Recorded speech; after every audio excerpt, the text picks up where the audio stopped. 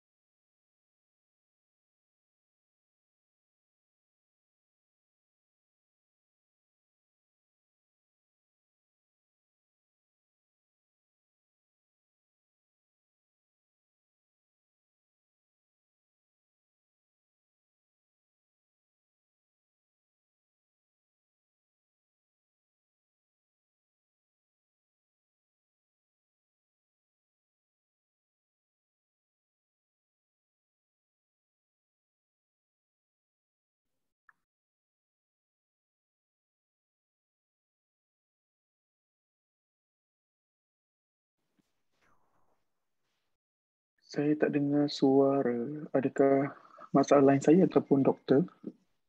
Saya tak cakap lagi, Cikgu Farid. Saya tengah buat sorry. link. Okey, apa tu, saya baru buat link. Saya letak dekat Telegram senanglah untuk mudah ni kan.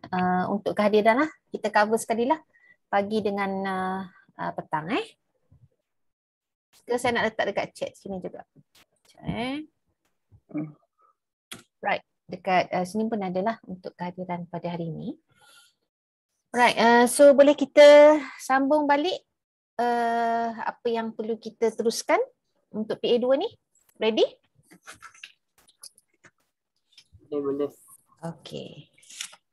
Baik, tadi kita telah pun bincangkan tentang few things kan, bermula dengan definisi jurnal, jurnal artikel, proceeding artikel, beza antara artikel dan juga proceeding, dan kita faham yang mana satulah yang lebih mungkin berkualiti, dan kemudian kita sentuh juga tentang macam mana kita nak cari sumber-sumber rujukan kan. Kita guna teknik snowball, kita guna JET-B lah, kita macam-macam lah, dan boleh request untuk juga iQuest di PTSL. Dan saya pun tunjuk juga macam mana kita melihat indeks lah. Indeks ni sebenarnya kalau you all nak publish dalam jurnal yang indeks lain pun tak mengapa, tetapi oleh kerana UKM ni menekankan kepada 3 sahaja yang kita, bukan kita iktiraf lah, siapa kita kan untuk mengiktiraf ni, maksudnya yang kita counted untuk mata MYRA. Itulah sebab itulah untuk semua pelajar, biasanya especially di peringkat siswazah, sarjana dan juga PhD ni, memang kita encourage lah students kalau nak publish lah di dalam jurnal-jurnal yang terindeks di bawah ERA. Okay, saya tadi saya tak tunjukkan apa tu contoh apa ni jurnal yang indeks under ERA. Mungkin saya boleh tunjuk satu lah di bawah Creative Education. Yang ni semua orang boleh hantar lah, sama ada bidang sumber ke, bidang apa tu, sejarah ke, Creative Education. Creative Education ni kalau kita lihat di sini, kalau kita tengok, kita pergi kepada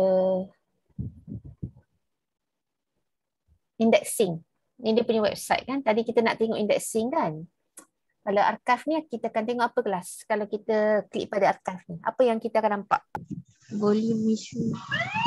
Kan, volume issue, dan indirectly kita boleh tahulah kekerapan, berapa kerap dia akan publish dalam masa setahun. Kalau kita klik pada indexing macam yang ni, dia masuk, tapi yang ni dia tak kira lagi. Kita tengok yang ni. CE has been indexed by several world class databases. Maksudnya indexing body ni bukan yang 3 saja. Saya kata tadi ada hundreds of indexing body. So all these are actually the indexing body lah. Index macam dia katalogkan ataupun dia masukkan dalam senarai database dia. Tetapi yang kita cari tadi, kita tengok era, kita tengok pada Scopus kan. Macam yang ni nampak tak? Educational Research Abstract era lah. So yang ni untuk era punya Right. So saya rasa jelas cara macam mana kita nak tengok dia punya tu. Kalau kita tengok the archive, kita boleh nampak lah untuk 2020 katakan, kita tengok yang tahun 2020 ada 12 issues maknanya sebulan sekali lah, kerap lah. Boleh tengok dekat dia punya publication fees. Publication fees ni 999, tetapi biasanya kita boleh dapat diskaun. Kita dapat diskaun, alhamdulillah, kenyang itu. Kita boleh dapat diskaun daripada editorial lah. You boleh email dia. Saya banyak juga dulu publish bersama dengan student pun di sini. Kita dapat dalam berapa 300 je kot, ataupun 200 lebih dolar. Jadi banyaklah kita dapat ni. Tapi banyak lagi sebenarnya jurnal-jurnal yang boleh saya tengok lah untuk publication. Alright. So saya nak kita nak buat satu exercise berkaitan dengan kita nak menulis literature. Sekejap saya tengok saya letak. Right. So di dalam kita menulis artikel, macam kita kata tadilah, kita sudah pun ada anatomi dia kan, daripada tajuknya, kemudian ada nama penulis, ada abstract, followed by keywords ataupun kata kunci, ada introduction. At the end of the introduction section, the last paragraph, kita akan nyatakan problem statement, gap, research gap dan juga objektif ataupun persoalan kajian yang nak kita terokai lah di dalam artikel tersebut. And then kita ada findings, kita ada analisis, maknanya findings tu berserta dengan analisis lah, data yang telah kita analyse, yang mana kita susun findings pada research questions. Okey, sekejap saya. Doktor. Ya saya. Assalamualaikum. Salam. Doktor, tadi saya cuba untuk isi kehadiran. Oh, tapi okey. tak boleh dapat. Faham. Tahu. Dia tak ni dia tak apa tu? Dia tak allow Ya. Lupa. Okey. Baik dah. Sorry lupa pula. Okey, boleh saya teruskan Terima Okey. kasih. Right, sama. So untuk findings tu kita susun dapatan kita berdasarkan kepada sama ada research objektif ataupun research questions, ataupun kalau kajian kita melibatkan inferential statistics, tentulah kita akan ada per kelas. Kalau kita buat eksperimental tadi, kita ada t-test. So kita ada apa? Yang melibatkan inferential statistik. Ada t-test, ada ANOVA, you buat MANOVA, you buat correlation. Kita perlu ada apa selain daripada objektif, selain daripada research questions, kita perlu ada satu lagi? Hipotesis. Very good. Perlu ada hipotesis. Jadi kita kena follow lah apa yang telah kita stated earlier, and then when it comes to the presentation of your data or your findings, then just follow apa juga research question yang telah kita masukkan sebelum inilah, dan kita susun dapatan-dapatan kita, right? And then of course kita katakan when it comes to article writing, memanglah tidak ada satu cara yang absolute ataupun yang rigid yang mana kita kata this is the only way untuk menulis academic article. Tidak dia ada orang kata variety dia lah. Tetapi basically anatomi yang kita sebut tadi itu adalah asas dia, skeleton ataupun kerangka yang memang semua orang penulis, penyelidik, kalau nak menulis artikel, you have to follow the skeleton tadi. And then dia kata you may have to adapt to comply with the requirement of a specific journal. Kenapa kita katakan bahawa penulisan akademik ini berkemungkinan ada variety dia, ada pancawarna dia, sebab again it goes back to the template ataupun format yang dihasilkan oleh satu-satu jurnal. Contoh macam yang saya tunjuk yang saya jadi associate editor untuk kedua-dua jurnal yang saya jadi itu under ISI tu. Untuk abstrak dia tak sama macam abstrak artikel normal. Tak apa, nanti kita akan tengoklah. So whatever it is, kalau kita dah decide kita nak tulis dalam jurnal tersebut, kita memang kena follow lah whatever requirement, whatever format yang diberikan, kita kena follow ya. However, there is general structure lah. General structure macam yang kita katakan tadi. Biasanya kita ada title kan, title 8 hingga, ini 15 8 hingga 15 words. Kita jangan terlalu panjang lah tajuk kita. Ya, jadi biasanya dalam tajuk ni apa yang perlu kita masukkan kelas?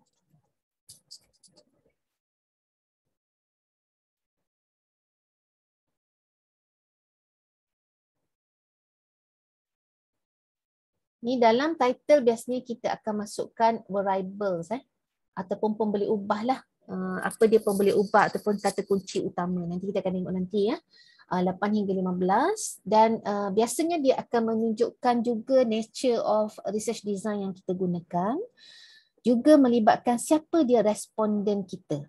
Okey, siapa dia responden kita ataupun mungkin juga melibatkan katalah kajian kita tentang effectiveness kan, kita nak melihat keberkesanan sesuatu program, misalnya program vaksinasi lah contoh kan, keberkesanan, maka kita kena gunalah perkataan keberkesanan kalau objektif kita itu untuk mengukur keberkesanan. Contoh macam yang saya tunjuk yang pelajar saya tadi, yang Rafiq tu yang hantar pada satu MISA tu kan, apa tu proceeding, dia membuat tajuk tentang pembangunan dan penilaian modul KUSEDA.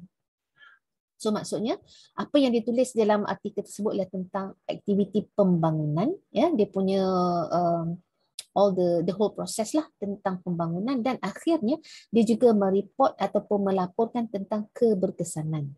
Jadi sometimes macam itulah kita kena tengok apa objektif kajian kita. Kita nak buat perbandingan ke misalnya, maka kita akan masukkanlah kata kunci ataupun perkataan perbandingan di dalam title kita.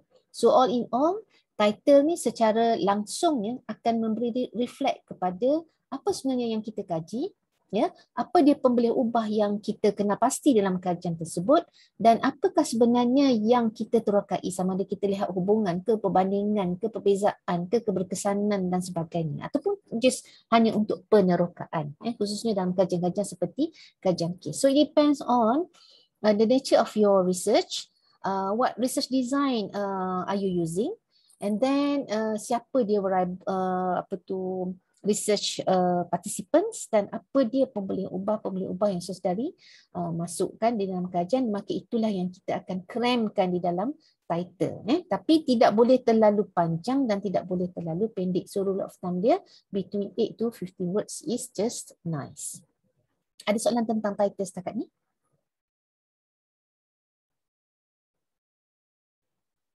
Ada Okay, right. Now lepas tu kita akan cakap tentang abstract lah. Kebiasaannya abstract ni kalau kita tengok mana-mana template journal pun biasa dia akan bagi range lah between 200 or 250 words. Kita tak boleh terlalu panjang dan janganlah terlalu ringkas. So petang ni kita akan tengok sedikit tentang macam mana cara kita nak menulis abstract lah. Tapi sebelum tu let me go through all this anatomy first. Kita ada keywords 6 hingga 8 kata kunci yang sesuai, yang berkaitan dengan kajian kita. Kita kena kaji, kita kena masuk berkaitan lah, jangan yang tak berkaitan sebab kata kunci ni sebenarnya akan membantu dipanggil sebagai SEO, Search Engine Optimization. Dia akan membantu katalah kalau kita pakai kata kunci macam tadi HOTS. So siapa yang mencari kata kunci HOTS, berkemungkinan artikel yang kita tulis, yang kita gunakan keyword sini akan tersenarai di dalam hasil pencarian di Google Scholar contohnya. And then of course we have to have introduction, ada LR, ada methodology, ada findings, result and discussion. Okay. So ini tentang title tadi, saya pun dah cerita panjang kan. Yang pertama, by right dia boleh attract readers attention. So tajuk dia ni sometimes dia perlu catchy, dia perlu catchy mungkin dalam bentuk soalan, mungkin yang ada titik dua bertindih tu ya, macam itulah. So kita boleh guna macam-macam penulisan ataupun macam-macam tajuk. Contoh apa tu COVID-19 kan, dua titik. Are we ready for transition from face-to-face to online teaching and learning? Contoh macam tu. So maksudnya kita nampak kalau tajuk macam tu dalam konteks COVID-19 pandemic, are you ready to shift from face-to-face to online teaching and learning? So maknanya kita tahu tajuk ini mungkin akan melihat kepada perception ataupun kesediaan responden untuk beralih daripada face-to-face ke online. Itu sebagai satu contoh lah ya, contoh yang ringkas. Yang kedua, tajuk saudari perlulah refleks akan mencerminkan the main issue of the article. Apa isu yang utama yang kita tekankan di dalam penulisan artikel tersebut? Apa dia yang kita fokuskan di dalam penulisan artikel itu? Kalau kajian itu tentang computational thinking macam tadi, maka tajuk wajiblah ada computational thinking kan? Ya, dalam tajuk dia. Kalau cakap tentang orang kata penghayatan kepada nilai-nilai kecintaan kepada negara contohnya. So masukkanlah itu ke dalam tajuk ataupun title of our article. And then of course kelas, tajuk mestilah spesifik. Seboleh mungkin mestilah spesifik. Ya, spesifik dengan arti kata dia memang menjuruskan kepada apa dia fokus dalam kajian yang kita laksanakan. And then some of the keywords should be in the title. Kalau kita macam tadi kan selepas abstract kita ada keywords kan. So make sure keywords yang kita senaraikan di dalam senarai keywords tu tadi juga ada di dalam title yang kita gunakan. Basically kalau kita nak nilai lah tajuk kita ni bagus ke tidak, try to answer these 4 questions. Yang pertama, what will be researched? Apa yang kita nak kaji? Apa yang kita nak kaji? Contohnya penggunaan iPad. Atau kita nak kaji tentang penggunaan virtual lab. Contoh. Saya bagi contoh dalam bidang sumber lah yang sejarah tu mungkin sesedari dalam bidang sejarah mungkin lebih arif lah. Saya nak bagi contoh takut saya tersalah pula.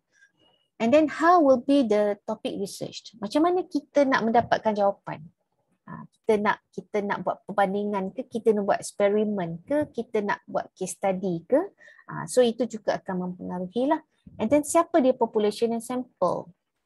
Ya, penggunaan virtual lab dalam kalangan pelajar tahun pertama di universiti tempatan. Nampak? Jadi yang kita kaji ialah virtual lab. Siapa participants? Kita adalah pelajar tahun pertama di mana? Di universiti tempatan. Alright? And then when or in what context the study will be conducted. So kalau kita nak tambah lagi, penggunaan virtual lab dalam kalangan pelajar tahun pertama di universiti tempatan di Malaysia. So kita nampaklah konteks dia, universiti tempatan, budak tahun 1 di Malaysia. Okay. And then normally it's written after the article has been completed. Biasanya macam saya sebut tadi, kalau siapa-siapa yang ada perasan, saya ada sebut working title. You ada dengar tak saya sebut perkataan working title? Ada tak siapa-siapa yang perasan saya sebut working title? Ada. Kan? Okay. Working title ni maksud dia ialah satu tajuk yang tak absolute, yang tak finalize lagi kelas. Tetapi tak apa, kita boleh gunakan working title itu sebagai satu panduan untuk kita menulis. And again, macam dia kata, kita akan finalizekan tajuk ini setelah kita selesai dengan penulisan artikel sepenuhnya. You all rasa kenapa dia state macam ni? Kenapa dikatakan bahawa tajuk yang lengkap hanya boleh dihasilkan setelah kita lengkap menulis the whole article? You all rasa?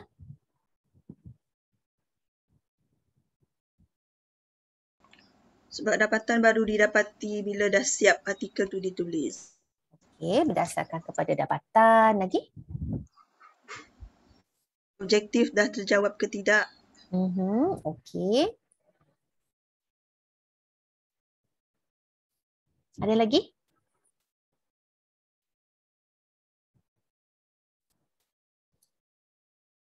Dah ada conclusion atau kesimpulan, Doktor? Okay, kesimpulan dan sebagainya. And then sometimes, terima kasih Zah.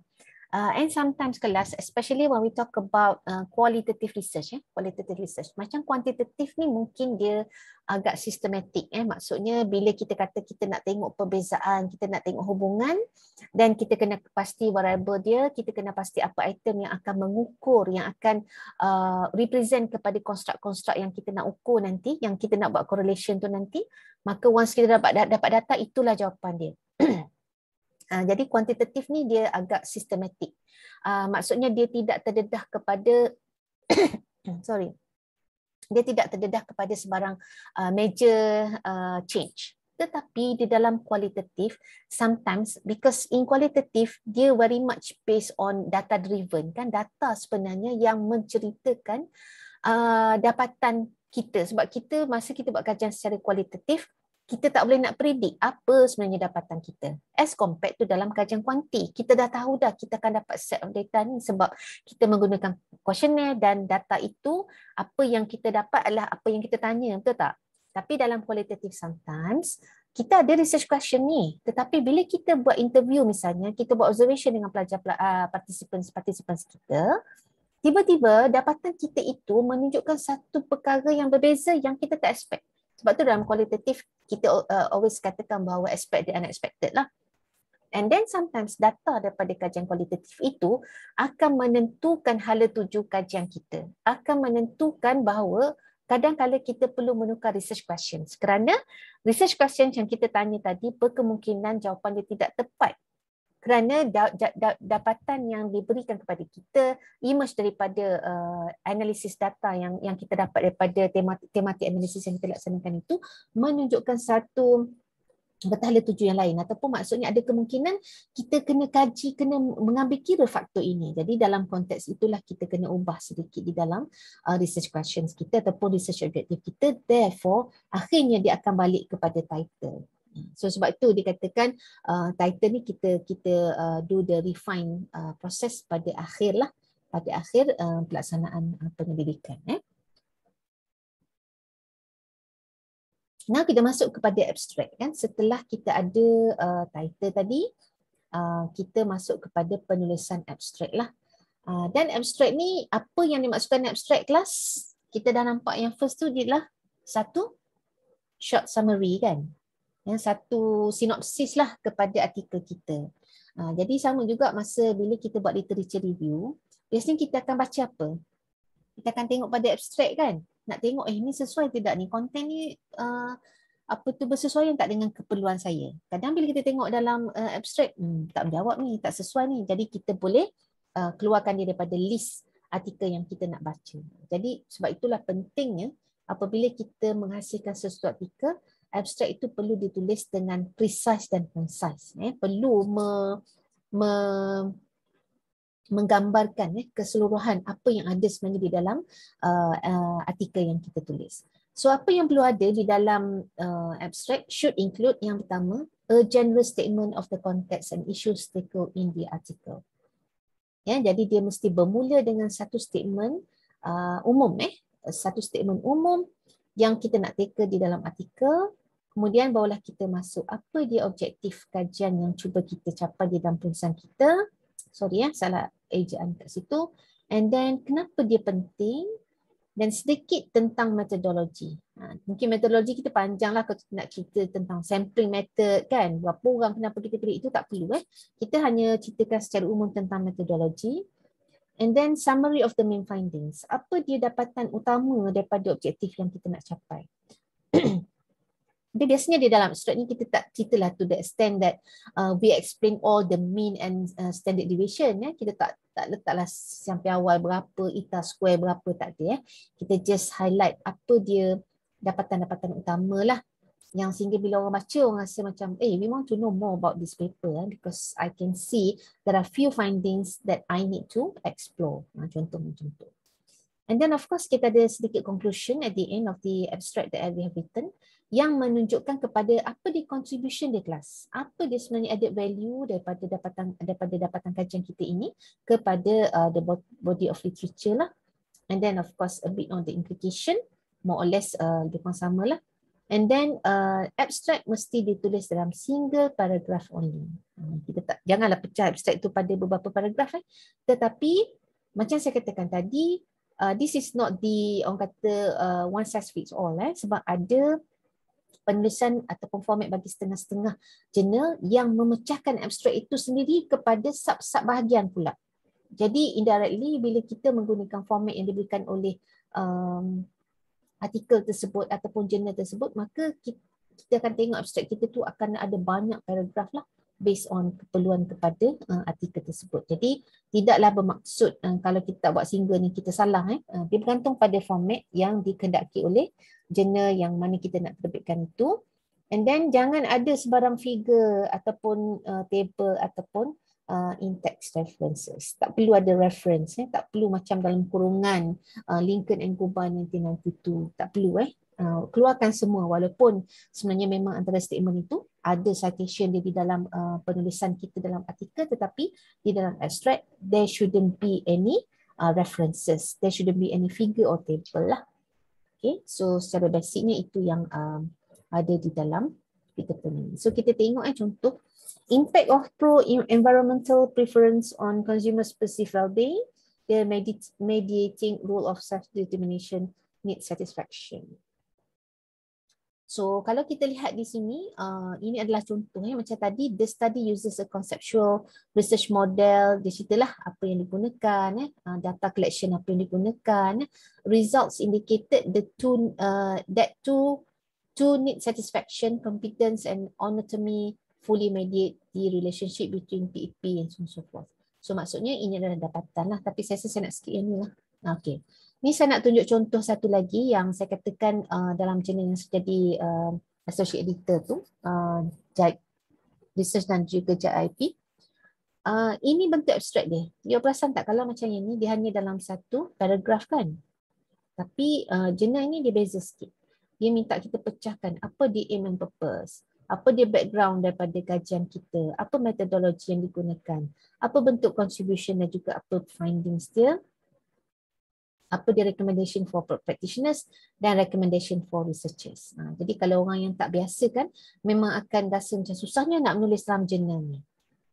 Sebab banyak nak kena perah otak kan, tetapi sebenarnya banyak kebaikan apabila kita menjawab soalan-soalan ni, kerana indirectly sebenarnya dia memandu kita untuk menulis artikel dengan lebih baik.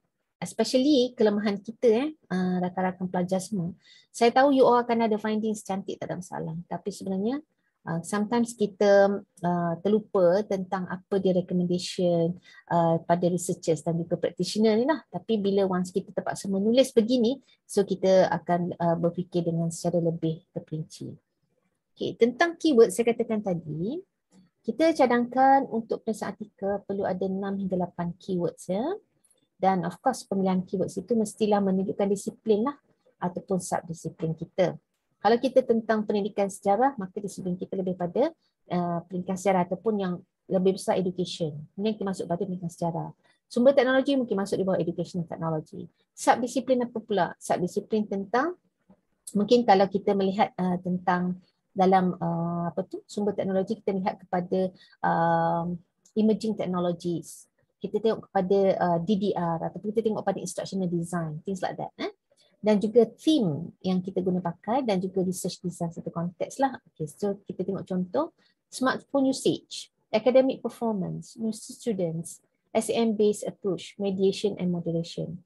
So kelas, bila kita sebut tentang keywords ni, dia mestilah satu istilah lah.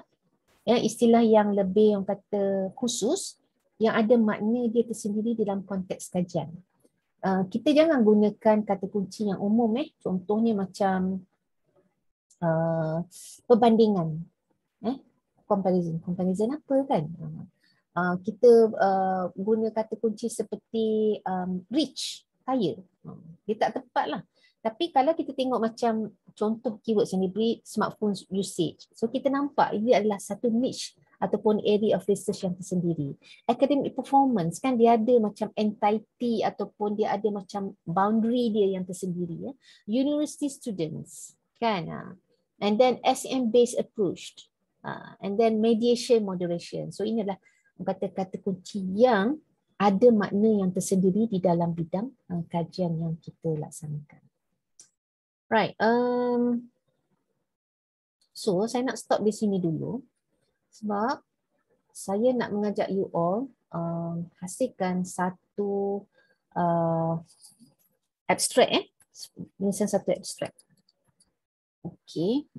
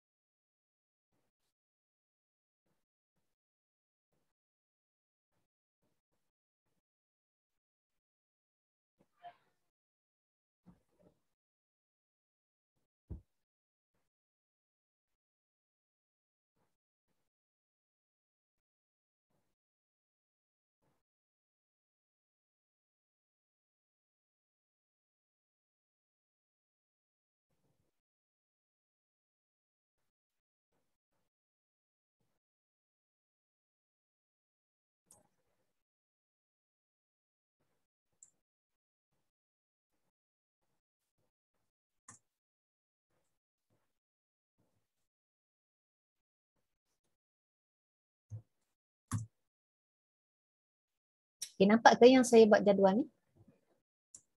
Nampak. Nampak.